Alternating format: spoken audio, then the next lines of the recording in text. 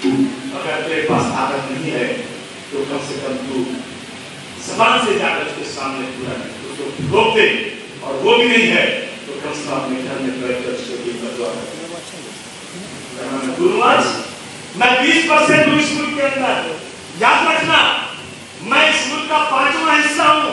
अगर मुझे ऊपर से काट दिया जाएगा तो मैं मर जाऊंगा। 5वें हिस्से को हिंदुस्तान के कब्जे कर दिया जाएगा तो हिंदुस्तान जीवित नहीं रह सकता।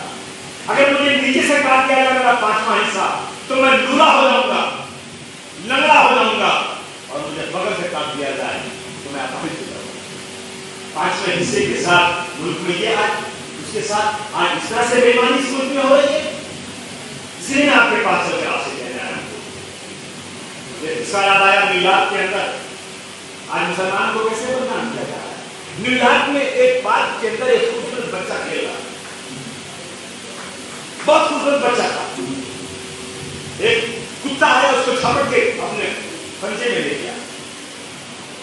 एक अखबार वाले बहुत लोग जमा हो गए, उसने कहा कल छठेगा पार्क के अंदर टेलीविजन पर आएगा, एक न्यूयॉर्कर ने अपनी जान पर खेल करके एक होनहार बच्चे को बचाया और कुत्ते को मार दिया।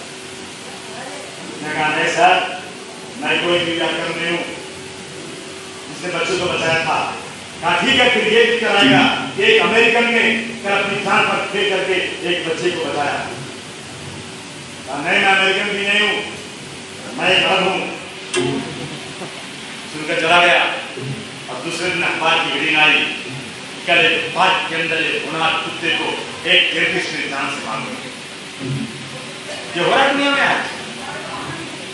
आपको मालूम है दिल्ली में क्या हुआ? देवबंद के एक मौलाना साहब एक फ्लाइट में जा रहे थे दुबई, उनको एक टेलीफोन आया। उन्होंने जवाब में कहा कि 15 मिनट में मेरा जहाज उड़ेगा।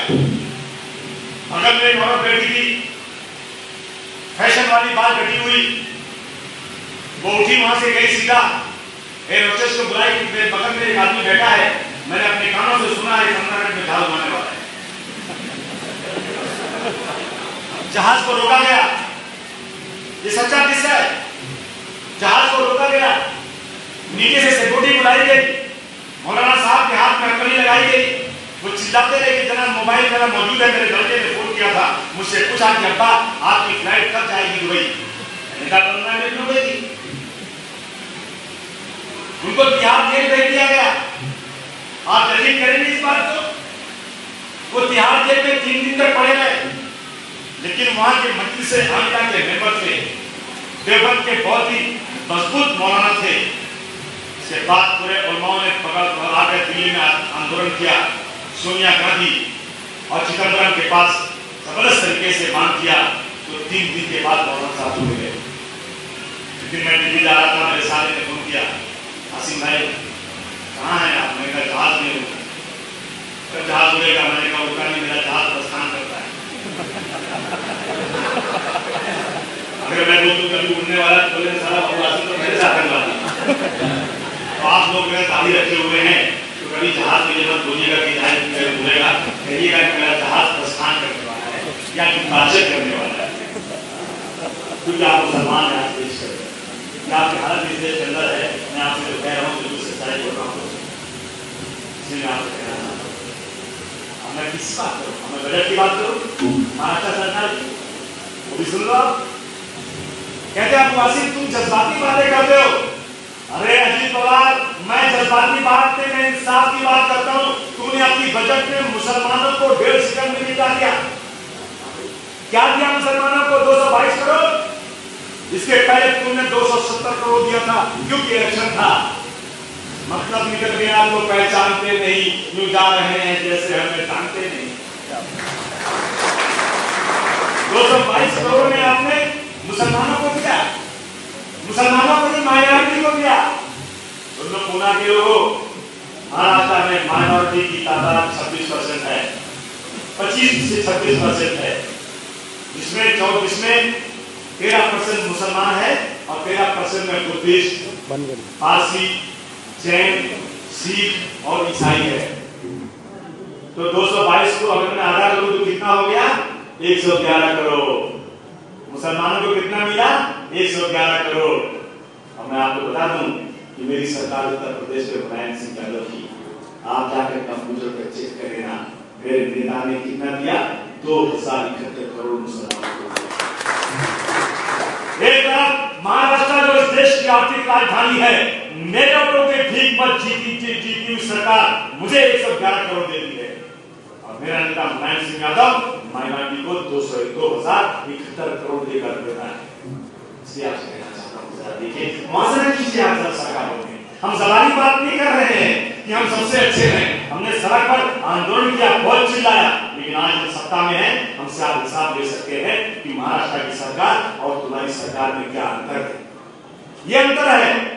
मैंने कहा आला पार्टी से कि खुदा के वास्ते, अल्लाह के वास्ते एक बात ये कह दो कि जितने मुसलमान जेल में बेकसूर हैं उनको रिहा कर देंगे, और रिहाई के बाद उनको मुआवजा देंगे, और जिन पुलिस वालों ने उनको बंद किया है ना, उनके हाथ में कड़ी डालकर उनको जेल में डालेंगे। बहुत बार कहा, बहुत बार कहा, नहीं सुना। मेरे नेता ने अपने इलेक्शन मैनिफेस्टो में लिख दिया कि जिस दिन मेरी सरकार आ जाएगी, जितने माइटी के समान में पकड़े हुए मुसलमान बेगुनाह हैं, मैं सबको छोड़ दूंगा, सबको मुआवजा दूंगा, और उन पुलिस वालों के हाथ में कड़ी डालकर जेल में भेजूंगा। और तैयारी है बहुत जल्द अल्लाह ताला आने वाले चंद महीनों में आप इस बात को सुन लेना इंशाअल्लाह। इसे मैं आपसे कहना चाहता हूँ कि सरकार ने minority ITI non sharing grant में 2011-12 में 7 करोड़ रुपया दिया था। कितना दिया था? 7 करोड़ रुपया। और अभी बजट 2012-13 में कितना दिया है? 1 करोड़ रुपया। 6 करोड़ कम। महंगाई बढ़ रही थी, घट रही है। 7 करोड़ की जगह पे पूछना जाकर जरा आप लोग, मेरे गांव के बहुत आदमी यहाँ रहते हैं, जरा अपनी जबान में बोल दूं तो भैया तुम लोग अपनी हाथ रहो और डरते हो शर्म को हाथ से। आसिम भाई अच्छे आदमी तुम तो हो, लेकिन उठवा देंगे तो बड़ी तकलीफ में आ जाएंगे। यहाँ धंधा करते हैं, बिजनेस करते हैं, गांव में रहोगे तो 2 नाली बंदूक लेकर घूमते रहते हो। मैं जब MP बना ना, मेरे यूपी के लोग जब मुझे मिलते थे आसिम में, ना आसिम भाई बंदूक का रेशन दिला, नौकरी मान दुश्मन नहीं, बंदूक का रेशन दिला। बैठे हुए यूपी मेरे गाँव वाले, मेरे घर वाले, मेरे रिश्तेदार सब बंदूक का रेशन मांगते हैं, और कंधे पर रखते हैं, साइकिल चलाते रहते हैं, कचहरी में घूमते रहते हैं। क्यों है भैया? पट्टीदार से झगड़ा होगा अपना। कौन है पट्टीदार? चाचा का लड़का, बाबा का लड़का। क्या किया? मेरे बेटे को मार दिया। मेरे घर में, उसके घर का पानी मेरे घर में गिरता है, मैं मना किया तो मुझे गाली दे दिया, और साले को मैं ना अपना सब खेत बेच दूंगा, लेकिन छोड़ माने उसको जब तक सम्मान से नहीं रहूंगा। ये बोलते हैं राजीव वाले।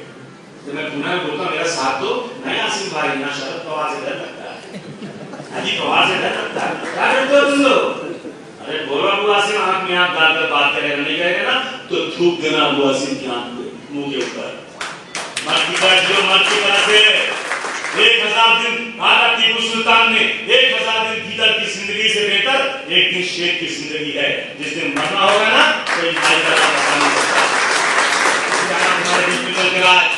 आज कहने के लिए minority concentrated area development scheme के लिए 2011-12 में इन्होंने दिया था 25 करोड़ रुपया, और अब की बात किया है 18 करोड़ रुपया। माइनॉरिटी को काम सुनो आप लोग, मैं आपके सामने डेवलपमेंट की बात कर रहा हूँ, नहीं खाली जज्बात से भड़का रहा हूँ आपको।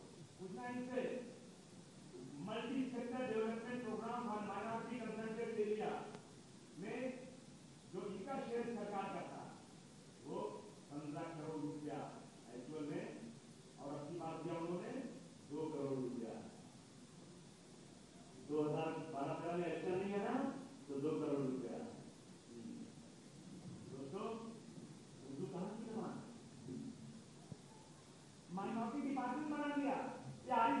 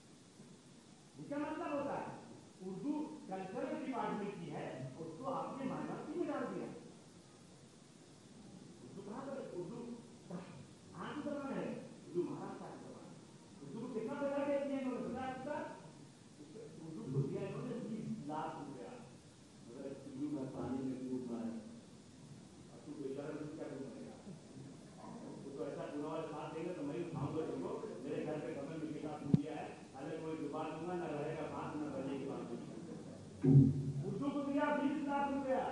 अरे आंध्र प्रदेश में 20 करोड़ रुपया दिया उर्दू को, दिल्ली में 10 करोड़ दिया, बिहार में 5 करोड़ दिया, जम्मू कश्मीर में 25 करोड़ दिया। आपको दिया 20 लाख और साल के आखिर में 10 लाख वापस दे दिए। मुझे बताइए माइनॉरिटी डिपार्टमेंट में वक्त बोर्ड आता है नहीं आता है? बोलिए ना भाई जरा जोर से आप। वक्त बोर्ड कौन सी डिपार्टमेंट में आता है? वक्त बोर्ड आता है माइनॉरिटी में। बाप दादा जब बेचारे बूढ़े होते हैं तो कहते हैं मेरी जायदाद को दे दो किसी मस्जिद को, दे दो किसी मदरसे को, दे दो किसी यतीम खाने को। ये हरामखोर सरकार के लोग मेरी बाप दादाओं की जमीनों पर कब्जा करते हैं। मेरी जमीन है, तुमसे कुछ नहीं चाहिए, सिर्फ महाराष्ट्र की मेरे बाप दादाओं की जमीन को छोड़ो। खुदा की कसम एक मुसलमान ठीक हो जाएगा, अपने बच्चों को नए कपड़े बनाएगा, एक मुसलमान अपने बच्चों को कॉन्वेंट में पढ़ाने की हैसियत में आ जाएगा। लेकिन मैं पूछना चाहता हूं कि आज वक्फ बोर्ड का चेयरमैन कौन है? नाम मालूम है आपको? कोई आदमी का नाम बता दे कि चेयरमैन बने ही नहीं आज तक, और माइनॉरिटी अफेयर का मंत्री बन गया। मुझे बताइए हज कमेटी किसकी है? हज हज करने कौन जाता है? मुसलमानी में जाता है ना। माइनॉरिटी अफेयर में आता है कि नहीं आता है? आरिफ नसीम बेचारा, पूछो कि चेयरमैन कौन है? क्या बनाऊं? गाड़ी बनाए ऐसा लोग याद बनाए कि आगे नहीं बनाए। मुझे बताइए कि माइनॉरिटी कमीशन एक बेचारे टूटी फूटी गाड़ी लेकर नसीम सिद्दीकी की बात में दे रहा हूं। माइनॉरिटी कमीशन जब कोई दंगा हो जाए, फसाद हो जाते थे, अली पवार ने गाड़ी वापस ले लिया और कहते कोई जरूरत नहीं है माइनॉरिटी कमीशन बनाने की। माइनॉरिटी अफेयर का मंत्री तो बन गया, लेकिन माइनॉरिटी कमीशन का चेयरमैन अब कोई है नहीं, खत्म हो गया। माइनॉरिटी की तरफ से मौलाना आजाद फाइनेंस कॉर्पोरेशन बनाया गया। कितना पैसा मिला आपको इस धंधे के लिए? बताओ एक आदमी खड़े होकर के। कारोबार के लिए उसमें प्रोविजन है कि 5 लाख रुपया कितने लाख रुपए तक दिया जाए। मुझे एक आदमी महाराष्ट्र में बता दे कि मुझे इस साल में इतना पैसा मिला है कारोबार के लिए, मेरे तो बताओ कहां से मिले? नहीं आता है। ये बनियों की तरह, ये मारवाड़ियों की तरह से जब पैसा देते हैं ना तो पहले चेक ले लेते हैं, और किसी दूसरे फाइनेंस कॉर्पोरेशन में वो नहीं होता है। क्या हो रहा है? ये वोट किसका है? वोट आपका है, हुकूमत उनकी चल रही है। हमारी बात सुनने को तैयार नहीं, हमारा एक भी काम करने को तैयार नहीं। इसलिए मैं आपसे कहना चाहता हूँ दोस्तों, आपके बीच में चलकर आपसे गुजारिश करने आज मुंबई से आए हैं, आपसे कहने के लिए बहुत हो गई। नाइंसाफी की इंतहा हो चुकी है, और इस नाइंसाफी से लड़ने के लिए हमें सियासी ताकत चाहिए। कांग्रेस की सरकार चल रही है, एनसीपी की सरकार चल रही है। अभी बताया भाई साहब ने एमपी की बात कर रहे थे। अरे भाई, पूरे महाराष्ट्र में 48 सीट में एक एमपी नहीं मुसलमान, पूरे गुजरात में एक एमपी नहीं मुसलमान, पूरे मध्य प्रदेश में एक एमपी नहीं मुसलमान, पूरे राजस्थान में एक एमपी नहीं मुसलमान, पूरे कर्नाटक में एक मुसलमान एमपी नहीं, पूरे दिल्ली में एक मुसलमान नहीं, पूरे छत्तीसगढ़ में एक मुसलमान नहीं, पूरे उत्तराखंड में एक मुसलमान नहीं, पूरे झारखंड में एक मुसलमान नहीं, पूरे हरियाणा में एक मुसलमान नहीं, पूरा पंजाब खाली पड़ा है, पूरा इस तरह से कितने प्रदेश खाली पड़े हैं, एक भी बीच में मुसलमान नहीं आता। हो चुके हैं फैसले तेरी फना के वास्ते, हो चुके हैं फैसले तेरी फना के वास्ते, जाग उठ अब भी सवेरा है खुदा के वास्ते। अबू आसिम किसी कमजोर आदमी का नाम नहीं है, लेकिन मैं ठीक मानता फिरता हूं। खुदा की कसम मैं आदमी नहीं बदल सकता, कसम उस मौला की जिससे कब्जे में मेरी जान है। मुझे बुलाकर दिल्ली में प्रेशराइज किया जा रहा है कि अबू आसिम तुमको महाराष्ट्र में नहीं, तुमको दिल्ली की राज्यसभा में बैठना है। लेकिन मैं हाथ जोड़ करके पैर पकड़ मैं नेता की बात को ठुकरा करके महाराष्ट्र में मैं काम कर रहा हूं। शायद आने वाले 2014 में मुझे मुलायम सिंह यादव जी राज्यसभा में भेज दे, नहीं माने मेरी बात, कहते तुम क्या कर लोगे बताओ तो मुझे। तुमने इतनी मेहनत की, अब तुम अपने मिल्लत के लोगों को इकट्ठा करके ताकत नहीं बना सके, छोड़ दो महाराष्ट्र और दिल्ली में बैठ करके तुम दिल्ली की राजनीति करो, खुदा की कसम। लेकिन मैं कहता हूं नहीं नेताजी, मुझे महाराष्ट्र के जालिमों के खिलाफ एक बार लड़ाई लड़ने का मौका दीजिए। मैं भीख मांग के अपने लोगों को इकट्ठा करूंगा और आने वाले दिनों में अपनी ताकत बनाकर आपको बताऊंगा इंशाअल्लाह। आपके पास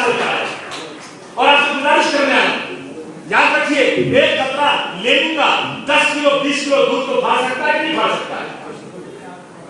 दे दो, दे दो, वही दे दो। ये 5 लाख वोट ले, मुझे 50-25 हजार वोट दे दो, 5 लाख वोट दे दो ताकि ये हार जाए।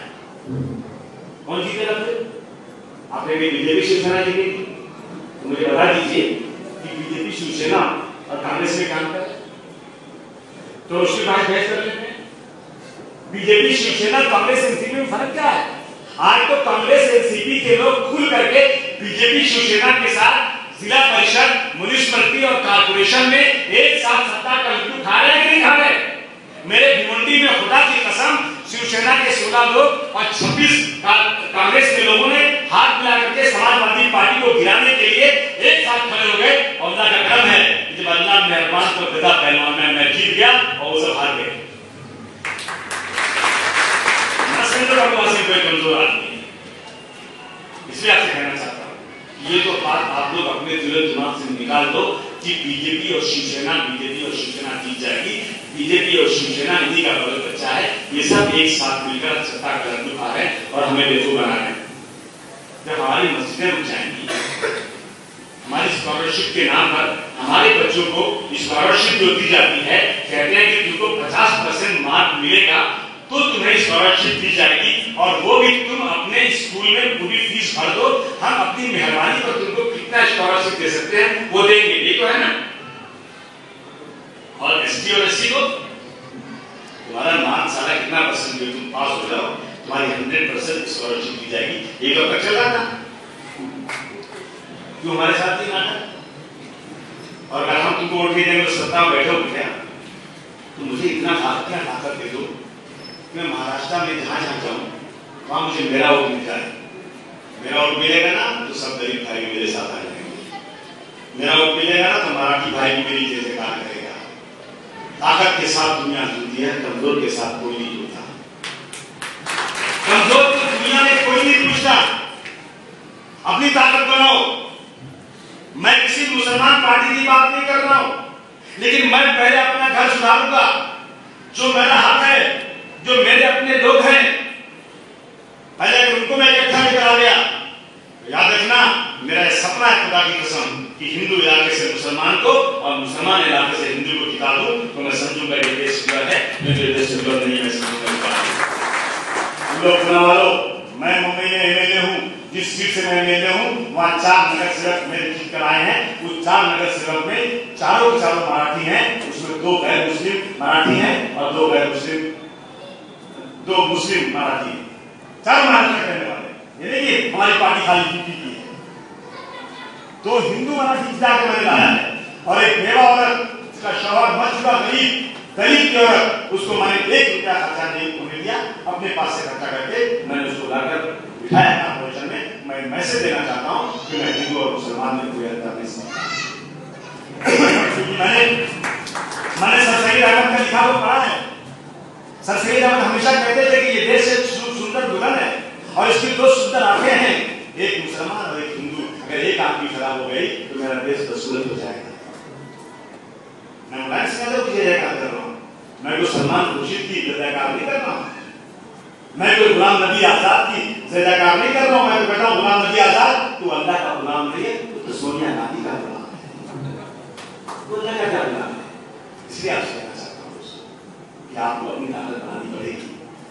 मैं तमाम साथियों के पार्टी में आया उनका बहुत अभिनंदन करता हूँ और मैं 7 दिन के लिए मराठवाड़े के साथ आप जुड़े हैं। मैं औरंगाबाद का दौरा कर चुका हूँ और मराठवाड़े का 7 जिले मिलाकर होली फैलाकर अपने लोगों को इकट्ठा करने की कोशिश करूंगा कि इंशाअल्लाह आज नहीं तो कल, कल नहीं तो परसों।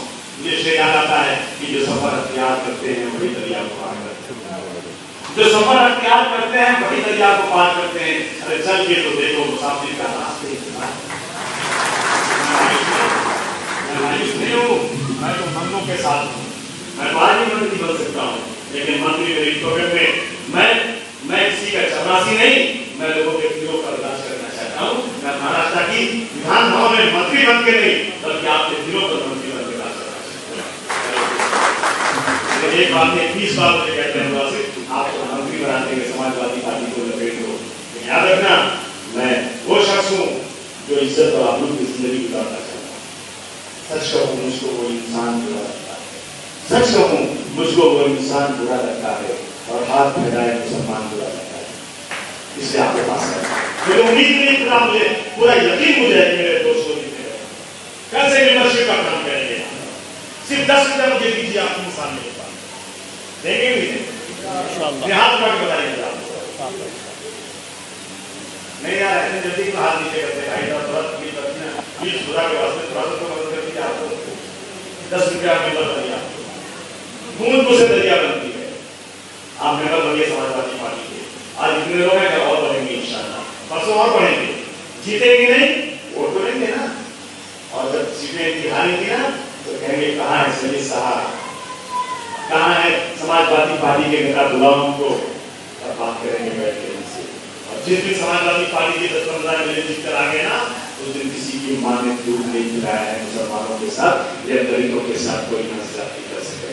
क्योंकि मैं कभी भी कुर्सी के लिए नहीं, न कुर्सी की भीख नहीं मांगूंगा, बल्कि मैं इंसाफ के मारे दूंगा और समाज के बड़े कुछ लोग उसको हक दिलाऊंगा। इस बात को कभी दिलाकर आपको किसी करता हूँ।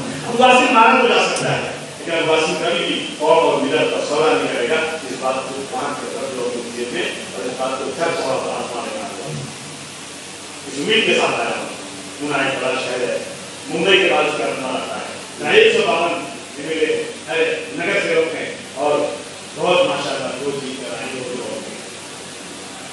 दो जीत कर आए। वोट कीजिए, जैसे बैंड बाजा वाले हैं ना, दूल्हे को लेकर चले, दूल्हा आगे आगे पीछे पीछे बैंड बाजा वाला, और स्टेज पर दिखाए दूल्हे को और बैंड बाजा वाला काम करना। तुम्हारी इस देश के बंद करो, अपनी ताकत बनाओ, अबू आसिम के साथ जुड़ जाओ। मैं आपका गुलाम हूँ, आपका नेता नहीं हूँ, आपका गुलाम हूँ। आप कहेंगे वही करूँगा, जानबूझकर कभी ऐसा कोई काम नहीं करूँगा जिससे मेरी मिलत बदनामी या मेरी मिलत कहीं भी नुकसान हो। इस बात का मैं आपको यकीन दिला करता हूँ। सुनिए मेरे साथ, ताकत बनाइए महाराष्ट्र में, ताकत बनाइए। बहुत सारे लोग आएंगे जब बनाने के लिए, वोट काटने के लिए। समाजवादी पार्टी वोट काटने वाली नहीं है। समाजवादी पार्टी देश की बड़ी पार्टी है। इस देश का हर 5वां आदमी यूपी का रहने वाला है और यूपी में मेजॉरिटी से सरकार आई है। जहां 202 सीट चाहिए थी, 203, वहां 224 सीटों की सरकार उत्तर प्रदेश में चल रही है। दिल्ली में 23 सीट की हार की है, इसलिए हमारी सरकार कमजोर नहीं है, हम कमजोर पार्टी नहीं है। और मेरा नेता मुलायम सिंह यादव दिल्ली के लिए रवाना हो चुका है। 2014 में बिना मुलायम सिंह यादव की कोई सरकार नहीं बनेगी, इस बात को